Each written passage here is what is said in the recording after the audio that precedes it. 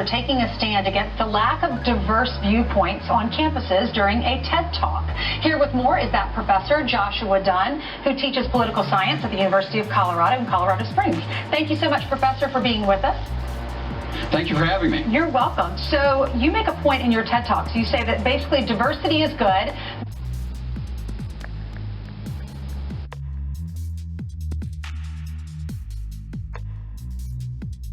In the meantime, we need to apologize. At the beginning of Ainsley's interview with the professor, a technical error in the control room triggered a graphic of Ruth Bader Ginsburg with a date on it. We don't want to make it seem anything other than that was a mistake, that was an accident. We believe she is still at home recovering from surgery. We apologize. In the control room. Mistake, yes. Indeed.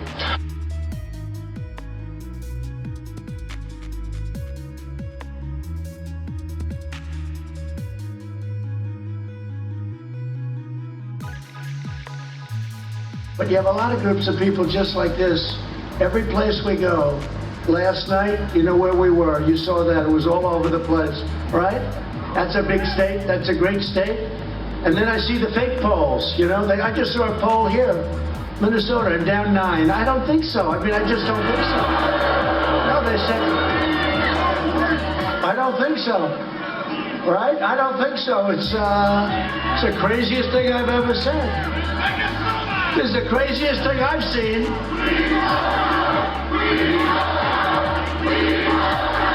President Trump is down 9 in Minnesota. This is a Fox News alert. I'm Martha McCallum in New York. U.S. Supreme Court Justice Ruth Bader Ginsburg has died at the age of 87. Due to complications from pancreatic cancer, according to the information that we are getting from the court. The court says that Ginsburg was sworn in as an associate justice back in 1993, appointed by Bill Clinton. She was the second woman to serve on the Supreme Court. She is the first Jewish woman to serve on the Supreme Court. A New York native born in Brooklyn, New York, Ruth Bader Ginsburg received her undergraduate degree from Cornell University. She then received her law degrees from Harvard University and Columbia University. She was the first female member of the Harvard Law Review, and she graduated at the top of her class from Columbia. She was sworn in as a judge on the U.S. Circuit of Appeals for the District of Columbia Circuit in 1980 after being nominated by President Jimmy Carter. She served until 1993 when she replaced Justice Byron White on the Supreme Court. She was nominated for that post by President Bill Clinton. Justice Ginsburg served more than 2 decades on the Supreme Court and was one of only 4 women ever appointed to the High Court. During her tenure, she was a fierce advocate for women's rights. Shannon Bream takes a look back at her long and distinguished career. I, Ruth Bader Ginsburg, do solemnly swear. She might have seemed small in stature, but as the second woman to be nominated to the U.S. Supreme Court, Ruth Bader Ginsburg was a trailblazer for women's rights and a champion for civil liberties. Ginsburg was born Ruth Joan Bader on March 15, 1933, in a working-class neighborhood in Brooklyn, New York, the daughter of Nathan and Celia Bader. Ginsburg's mother died when she was just 17, the day before she graduated from high school. It was one of the most trying times in my life, but I knew that she wanted me to study hard and get good grades and succeed in life, so that's what I did. She finished first in her class at Cornell University, where she met and married Martin Ginsburg, an aspiring lawyer, and, quote, the first boy I dated who cared that I had a brain. Like her husband, Ginsburg pursued a law degree, enrolling at Harvard after the birth of daughter Jane, then at Columbia Law School, where she graduated at the top of her class. She stayed in the world of academia, and while a professor at Rutgers University, she gave birth to a son, James. But she soon left Rutgers for Columbia University to become that school's first female tenured law professor. She described the 1970s as a fruitful time for women's rights. I was fantastically lucky to be born when I was and to be in the right place to help advance this movement for women's equality. She went on to create the American Civil Liberties Union's Women's Rights Project, and as general counsel for the ACLU, Ginsburg began appearing before the Supreme Court. She argued 6 cases for women's rights before President Jimmy Carter nominated her to serve on the U.S. Court of Appeals for the D.C. Circuit. Then, in 1993, President Bill Clinton nominated her to the nation's highest court. She was only the 2nd woman to serve on the Supreme Court and the 1st Jewish woman. What a long way we have come in this nation. After a series of hearings, the Senate confirmed Ginsburg to the post by a vote of 96-3. In Ruth Bader Ginsburg, I believe the nation is getting a justice who will be a guardian of liberty for all Americans and an ensurer of equal justice under law. On the bench, Ginsburg was known to lean left of center, but favored caution and restraint in her decisions. While she never claimed to have a favorite opinion, My favorite opinion, well, it's a little bit like asking me which of my 4 grandchildren. Ginsburg said the ruling in the Virginia Military Institute case, which prohibited the state from operating an all-male institution with taxpayer dollars, gave her tremendous satisfaction. That was a very satisfying opinion for me to write. And her dissent in Ledbetter v. Goodyear Tire was a precursor for the Lilly Ledbetter Fair Pay Act, which Congress passed into law in 2009 to address a perceived pay gap between men and women. But she suffered losses too. In an interview with New Republic, she said if she could overrule one decision, it would be the 2010 Citizens United ruling that allowed corporations and unions to financially support candidates running for office. Ginsburg said, quote, "I think the notion that we have all the democracy that money can buy strays so far from what our democracy is supposed to be. So that's number 1 on my list." In her personal life, Ginsburg battled 4 separate cancer diagnoses. In 1999, it was colon cancer. A decade later, pancreatic cancer. In 2018, she underwent lung cancer surgery. And in 2020, she announced she was undergoing chemotherapy for liver cancer. My colleagues so rallied around me and made it possible for me to go on and not miss a day in court. Outside of court, Ginsburg loved opera, a passion she shared with conservative Justice Antonin Scalia, and was famously serenaded by Placido Domingo in 2011 at Harvard University, where she earned an honorary degree. She made exercise a staple in her life, even into her 80s, working out twice a week with her trainer. My father came to the United States when he was 13, and he came from a small town, Steto, outside Odessa. She was also very proud of her Jewish heritage and the advances made for American Jews. For so many years, Jews were careful about saying who they were. But today, you can say it openly and with pride. That's, I think, something I've witnessed in my own lifespan. And throughout her life, she remained an optimist. We still have a way to go to ensure that all people in our land enjoy the equal protection of the laws.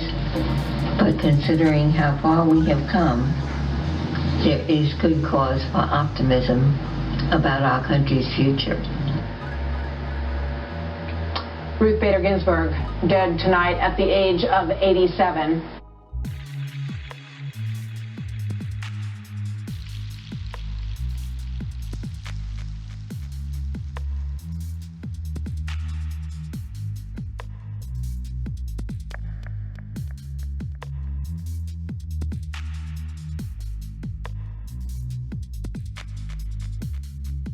Good morning. Everybody please have a seat.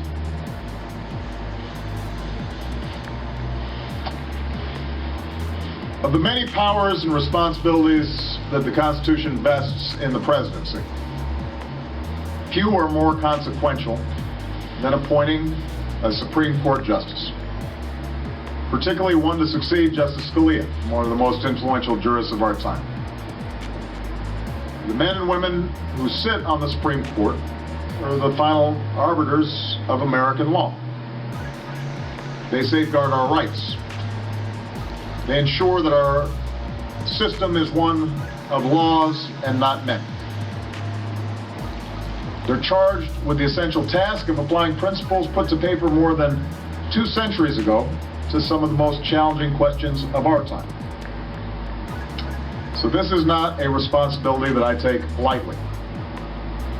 It's a decision that requires me to set aside short-term expediency and narrow politics so as to maintain faith with our founders and perhaps more importantly with future generations. And that's why over the past several weeks I've done my best to set up a rigorous and comprehensive process. I've sought the advice of Republican and Democratic members of Congress. We've reached out to every member of the Senate Judiciary Committee, to constitutional scholars, to advocacy groups, to bar associations representing an array of interests and opinions from all across the spectrum. And today, after completing this exhaustive process, I've made my decision. I've selected a nominee who is widely recognized not only as one of America's sharpest legal minds, but someone who brings to his work a spirit of decency, modesty, integrity, even-handedness, and excellence. These qualities and his long commitment to public service have earned him the respect and admiration of leaders from both sides of the aisle. He will ultimately bring that same character to bear on the Supreme Court, an institution in which he is uniquely prepared to serve immediately. Today I am nominating Chief Judge Merrick Brian Garland to join the Supreme Court.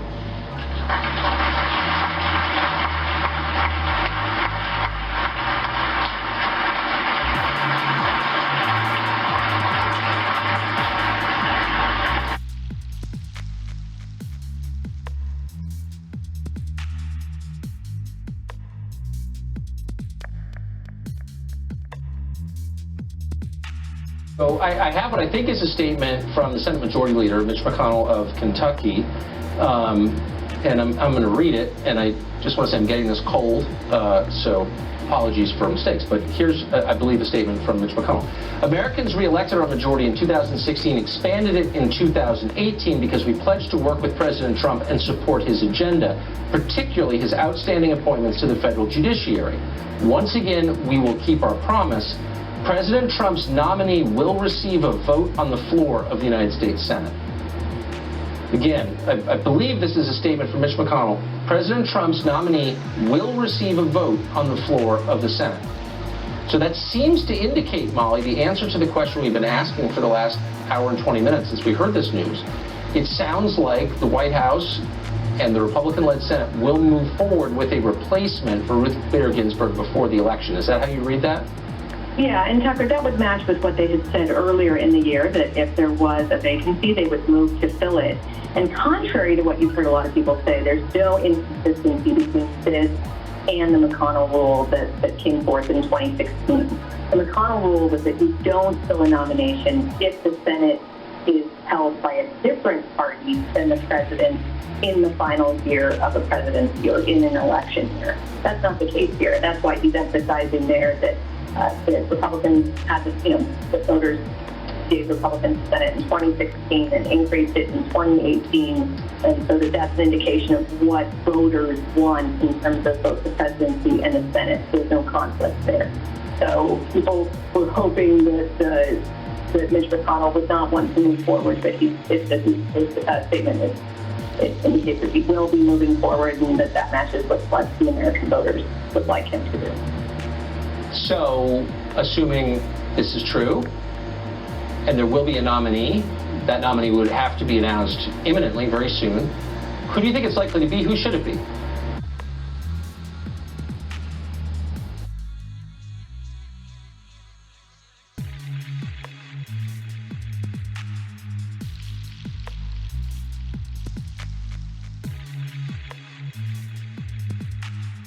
Over the next 4 years, America's president will choose hundreds of federal judges and, in all likelihood, 1, 2, 3, and even 4 Supreme Court justices. The outcome of these decisions will determine whether we hold fast to our nation's founding principles or whether they are lost forever. That is why today I am announcing 20 additions to my original list of candidates for the United States Supreme Court. Should there be another vacancy on the Supreme Court during my presidency, my nominee will come from the names I have shared with the American public, including the original list and these 20 additions. Joe Biden has refused to release his list, perhaps because he knows the names are so extremely far left that they could never withstand public scrutiny or receive acceptance. He must release a list of justices for people to properly make a decision as to how they will vote. It is very important that he do so. My original list of potential justices include many of our nation's brightest legal minds, such as Bill Pryor, Amy Coney Barrett, and Thomas Hardiman. Outstanding people. Like those distinguished individuals, the 20 additions I am announcing today would be jurists in the mold of Justices Antonin Scalia, Clarence Thomas, and Samuel Alito. Their names are as follows: Bridget Beatty of Arizona, judge on the Ninth Circuit Court of Appeals; Daniel Cameron of Kentucky, Attorney General of the Commonwealth of Kentucky; Paul Clement of Virginia, former Solicitor General of the United States; Senator Tom Cotton of Arkansas; Senator Ted Cruz of Texas; Stuart Kyle Duncan of Louisiana, judge on the Fifth Circuit Court of Appeals; Stephen Engel of the District of Columbia, Assistant Attorney General for the Office of Legal Counsel at the Department of Justice; Noel Francisco, former Solicitor General of the United States; Senator Josh Hawley of Missouri; James Ho of Texas, judge on the Fifth Circuit Court of Appeals; Gregory Katsas of Virginia, judge on the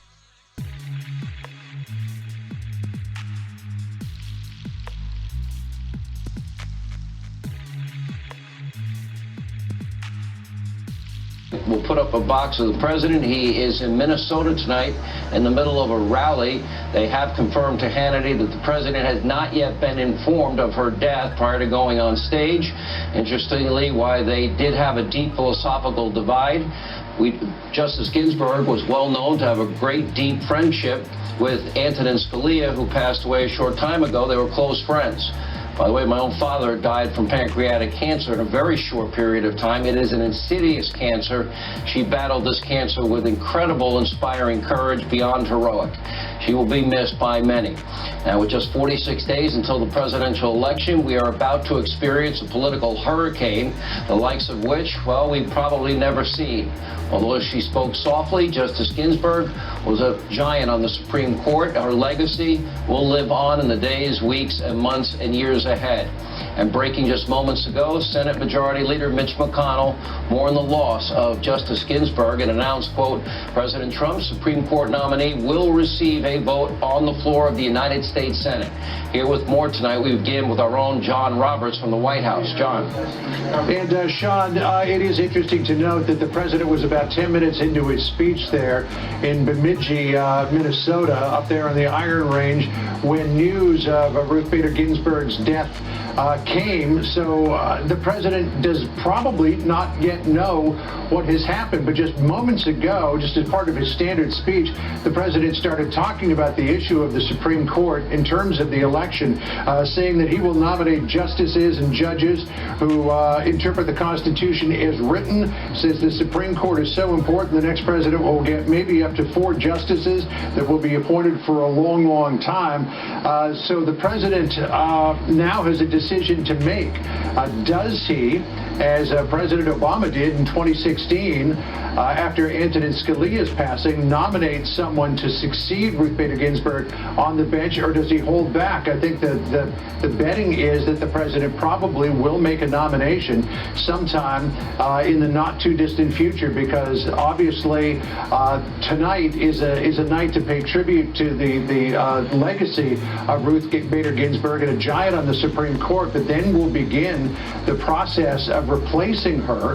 And as you pointed out right at the top of this, Sean, that is going to be a battle royale between now and Election Day. Ruth Bader Ginsburg said that it was her fondest wish that if she were to pass or if she were to leave the court, that she not be replaced until a new president is installed.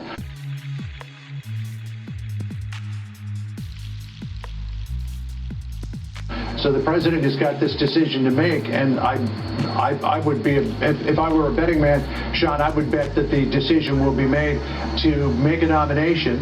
Mitch McConnell, as you pointed out at the top here, has said he will bring that nominee to the floor, and then the clock will be running. Do you get it done before the election, or do you get it done before the end of the year? Do you get it done before the end of the term, depending on how the election goes? Don't forget the Senate's going to turn over at the beginning of January, so there is a finite period of time to get a nominee through should the president decide to make a nomination. We have not heard anything yet from the White House. I'm told we probably won't hear anything until the president is on his way back. The closest we've got is Kellyanne Conway, who recently left the White House, tweeted out, quote, "Justice Ruth Bader Ginsburg led a remarkable life of consequence. She worked with a passion and conviction, inspired many women, offered hope to other cancer survivors. Prayers to her loved ones. May she rest in peace." Ruth Bader Ginsburg may rest in peace, but America is not going to be peaceful in any way, shape, or form, Sean, because this will be, on top of everything else that we've got going in this election, a battle right through to November the 3rd. Will probably likely also force Joe Biden to come out with a list of potential nominees as well. That's something that he's been resisting. Sean? John, I just want to go back because my sources on the ground with the president confirmed that his speech had already started about 10 minutes in. Other news outlets reported the opposite. We are right in our reporting. Is that correct? That he did not know?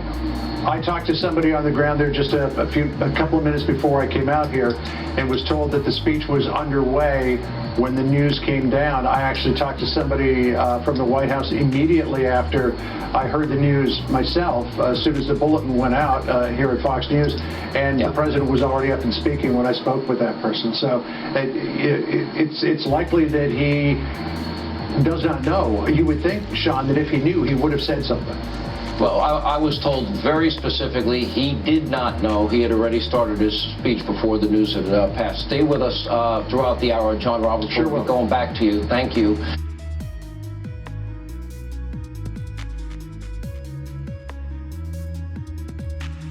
Here with reaction from the Trump administration, White House Press Secretary Kayleigh McEnany. Kayleigh, I had contact with people with the president on the ground in Minnesota. They were very clear. They also confirmed with our own John Roberts he was not aware of it.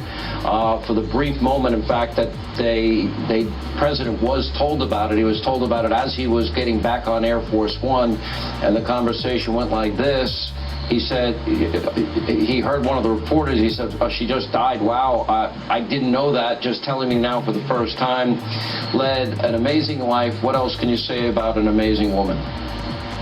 Yeah, that's right. And he mentioned that he was saddened to hear the news. President Trump did not know while he was on the stage, but I've heard him in private quarters say that he admired her tenacity. How could you not? When you look at Justice Ruth Bader Ginsburg, she had a history of overcoming.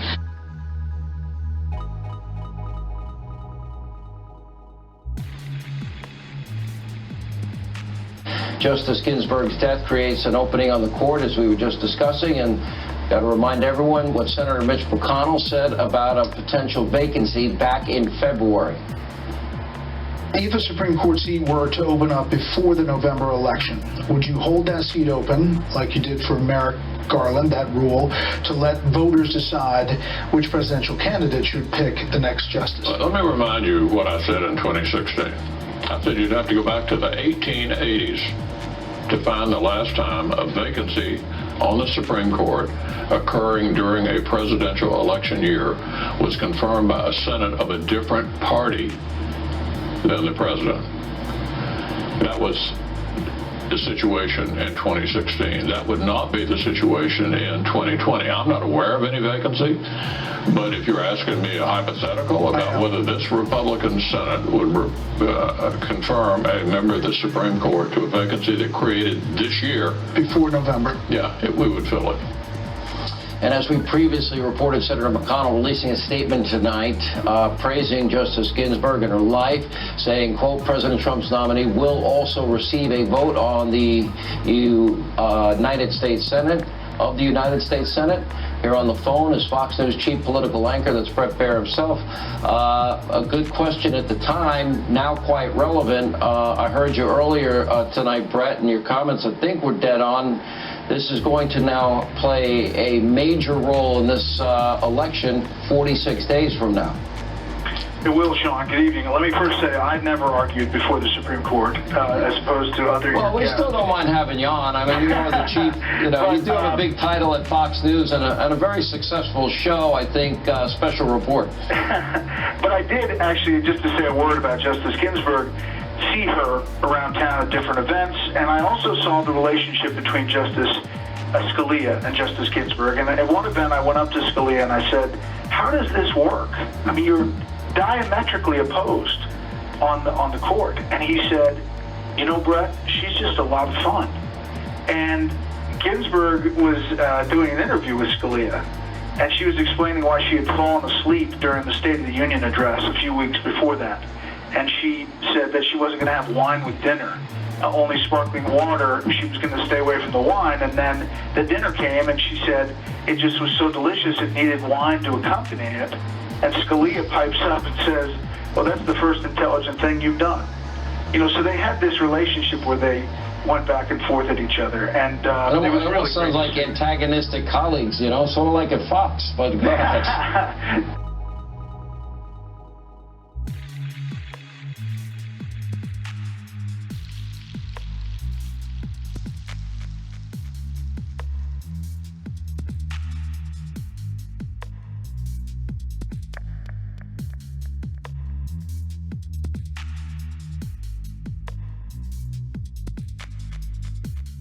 What have you learned over this time with the president now, almost 3 years, that maybe you didn't know?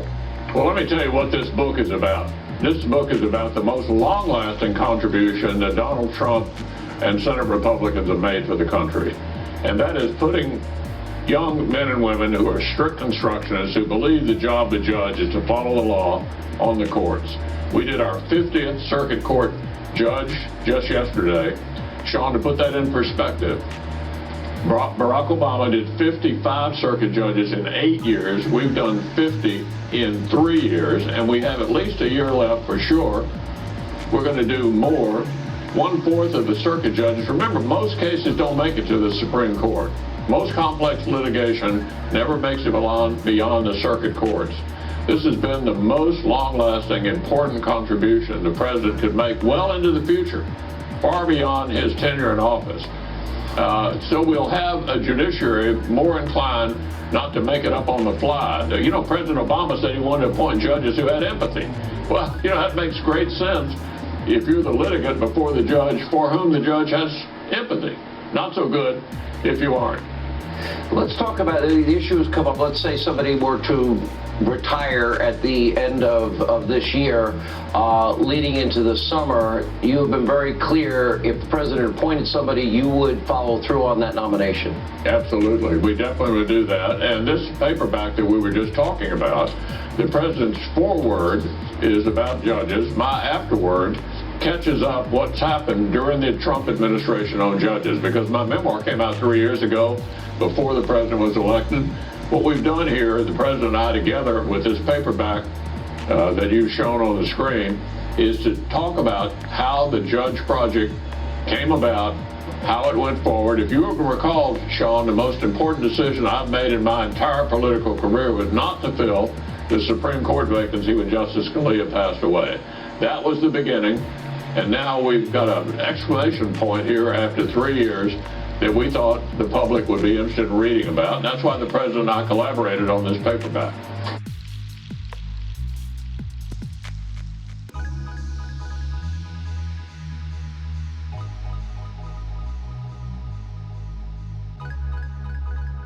I was shocked that former President Obama left so many vacancies and didn't try to fill those positions. I'll tell you why. I was in charge of the of what we did the last 2 years of the Obama administration. I will give you full credit for that. And by the way, take a bow. All right, that was a good line.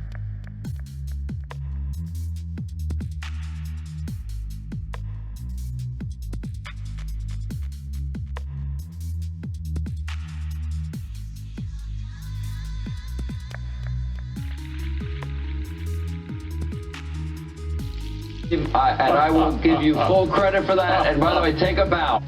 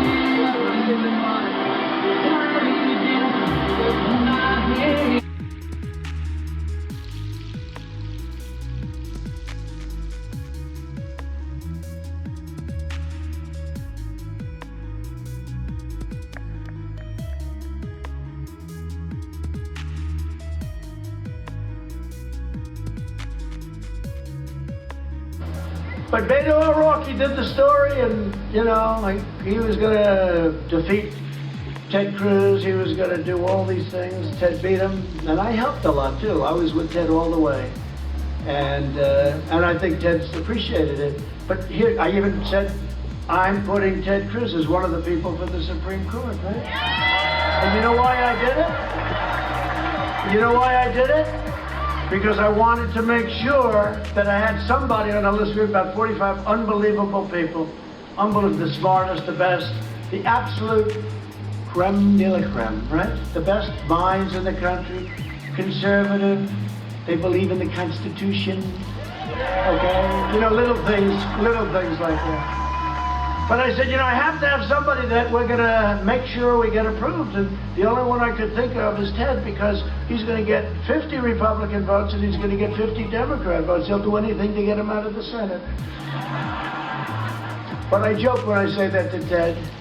But I say it all the time. Ted's the only man I know who can get 100 votes from the Senate. Every single senator's got to vote for him. But he's a great guy, and he's a brilliant guy, and he's been great. He's been really great. I kid when I say that. But, you know, one of the things we've done that's so good is the Supreme Court. We have 2 Supreme Court justices. We will have, at the end of my term, approximately 300 federal judges, including court judges.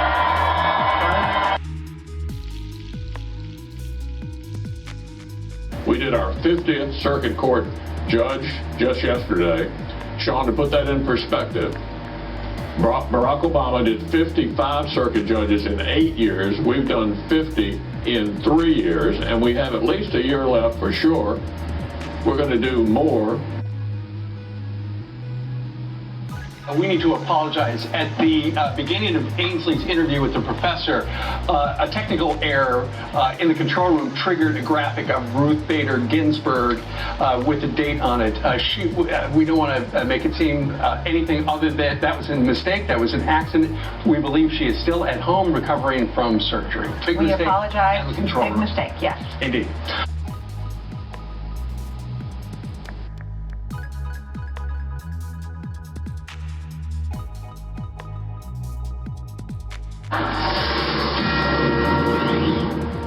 This is a Fox News alert. I'm Martha McCallum in New York.